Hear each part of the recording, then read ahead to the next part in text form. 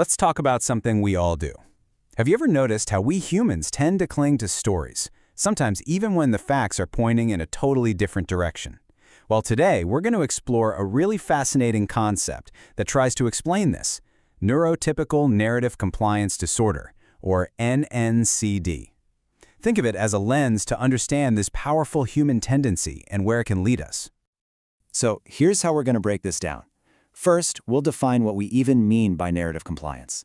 Then, we'll look at what its so-called clinical profile looks like. After that, we'll dive into the hidden dangers, and we'll wrap up by exploring a possible path toward awareness.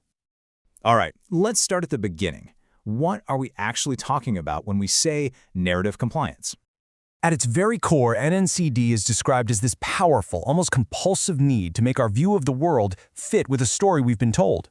And this drive can be so strong that it actually overrides logical thinking, hard evidence, sometimes even the things we see with our own two eyes. Okay, and this is really important, so I want to be perfectly clear. Neurotypical narrative compliance disorder is not a real medical condition you'd find in a textbook. It's a fictional concept. It's a tool, a thought experiment that lets us analyze very real patterns of human behavior in a new way. Now, according to this model, this tendency towards following a narrative has really deep roots. It's probably a mix of our biology and our environment. But here's the twist. Studying the social part is incredibly difficult. Why? Because the condition itself makes people resistant to even acknowledging that they might have it. And the proposed scale of this is, well, just staggering. The idea is that up to 90% of people might experience this kind of narrative compliance at some point in their lives. If that's even close to true, it means this isn't some rare disorder. It's a fundamental part of the human experience. So if this is so common, what does it actually look like day to day? How does it show up in how we think and act? Let's take a look at the so-called clinical profile. This right here is the absolute heart of the matter. The main symptom is when the line between a story and objective reality gets completely blurred. It's when a person starts to believe the narrative isn't just a perspective, it is reality. So what happens when that narrative gets challenged? When facts come along that don't fit the story? Well, there are two key reactions. The first is what you might expect: getting defensive, maybe even aggressive. It's all about protecting the story. The second is a little quieter. It's just a complete inability to even process information that goes against the belief. It's like the logic just doesn't compute. But the trouble with narrative compliance goes way deeper than just flawed thinking. Maybe its most dangerous aspect is how it can hide or mask other very real and serious mental health challenges. You see, in this framework, narrative compliance rarely shows up by itself. It's often found alongside conditions like anxiety and depression. But it's worse than that. It actively conceals them. The narrative becomes the explanation for the distress, which effectively masks the real symptoms underneath. And that leads to a huge problem. When we use a story, whether it's about politics, work, or our personal lives, to explain away our feelings, the real issues get ignored.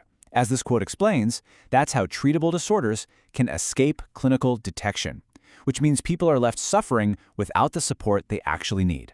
And of course, this internal struggle doesn't stay internal. It inevitably spills out into the world. When we act based on a narrative instead of reality, it can cause real harm, not just to ourselves, but to our families, our colleagues, and our communities. So this all might sound a little grim. It naturally raises the question, is there a way to deal with this? Let's turn to some of the proposed strategies for managing the effects of narrative compliance.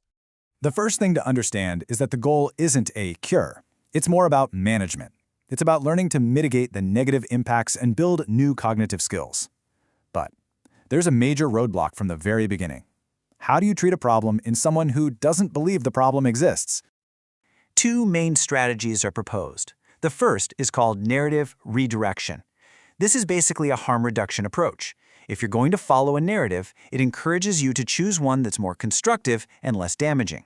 The second strategy, narrative self-deconstruction, is a much more advanced skill. This is where you actually learn to take your own stories apart, see how they're built, and in doing so, reclaim a bit of your cognitive freedom. So after all this, the thought experiment really brings us right back to ourselves and to a pretty profound question. The stories we tell ourselves, the ones we live by, are they helpful guides that give our lives meaning? Or are they cognitive prisons that stop us from seeing the world as it really is? That's something worth thinking about.